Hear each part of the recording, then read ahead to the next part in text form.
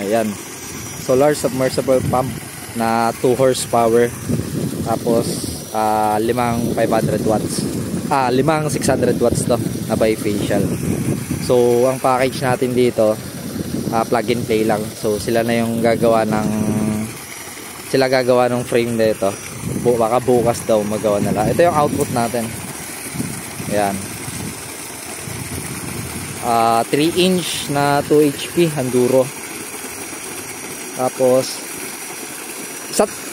nasurok na may sa pyesa atin, Uncle. So mahigit 6 meters daw yung total head nito. Mga 7 meters siguro.